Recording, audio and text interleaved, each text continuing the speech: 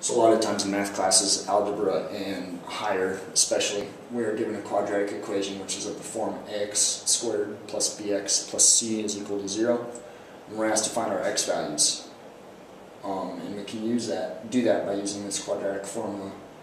X is equal to negative b plus or minus the square root of b squared minus 4ac all over 2a.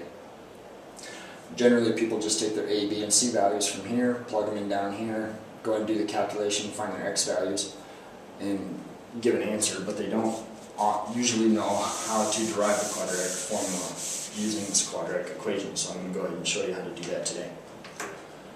So to begin with, we look at our x squared value. We want one coefficient out front, and in order to do that, we have to divide the whole thing by a.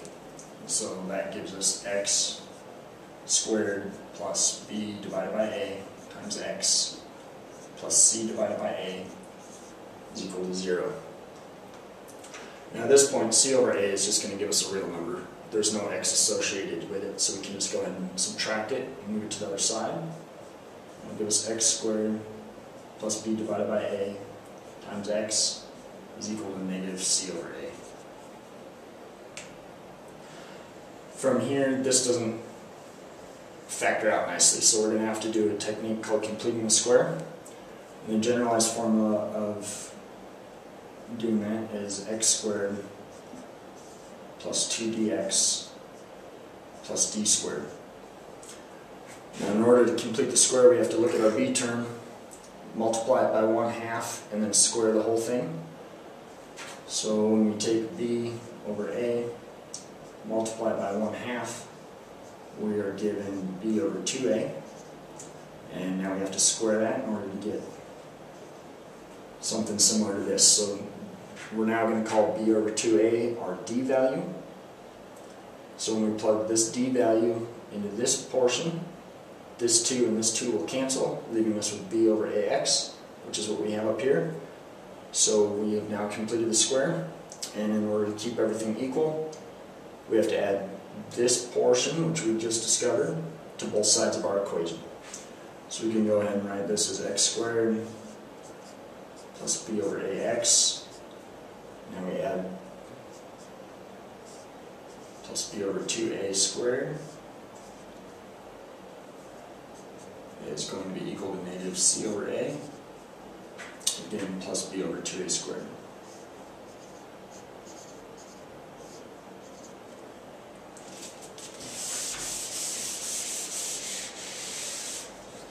Alright, from here we can go ahead and rewrite our left-hand equation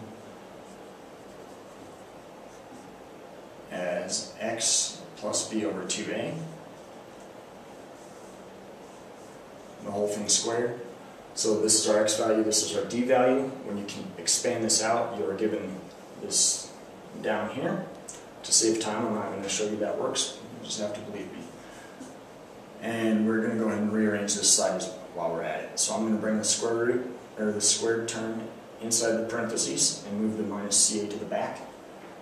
So that gives us b squared over 4a squared minus c over a. From this point, we're looking for our x value still, so we're going to have to take the square root of both sides. We're left with x plus b over 2a. It's going to equal the whole thing over here under the square root sign. When you take a square root, you're going to have to count for negative numbers, so you do this little plus minus, because when you square a negative, you are given a positive, and in order to get our negative values, so not dropping any numbers, we have to do this little plus minus. From here we can subtract b over 2a from both sides.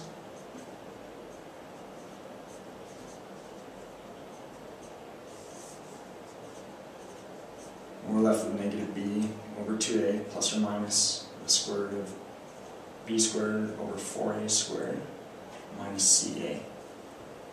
Technically at this point we're done, but this isn't quite what the original quadratic formula that we were given looks like. So I'm going to show you guys how to go ahead and clean this side up so that it looks just like the equation we were given. In order to do that, we need common denominators on the bottom for all three terms. We're going to start on the inside here with this 4a squared. In order to get this to look like 4a squared, we're going to have to multiply top and bottom by 4a, because when you multiply by 1, it doesn't change anything, and effectively 4a over 4a is equal to 1. So we can rewrite this now as x equal to negative b over 2a, plus or minus our square root. Now we have a common denominator here. When we multiply this out, we're left with 4a squared. We have 4a squared, so we can just write 4a squared on the bottom now. We have b squared minus, I'm going to rearrange these, we have 4ac now on the top. From here, this 4a squared is a perfect square, so we can go ahead and take the square root symbol, apply it to the bottom only. That'll give us x is equal to negative b over 2a, plus or minus the top square rooted, b squared minus 4ac. And when we take the square root of the bottom, we're left with 2a. We have common denominators here now. So at this point we can go ahead and combine those terms. Just use 2a on the bottom, and on the top we are left with negative b plus or minus the square root of b squared minus 4ac. And that's how you derive the quadratic formula from a quadratic equation.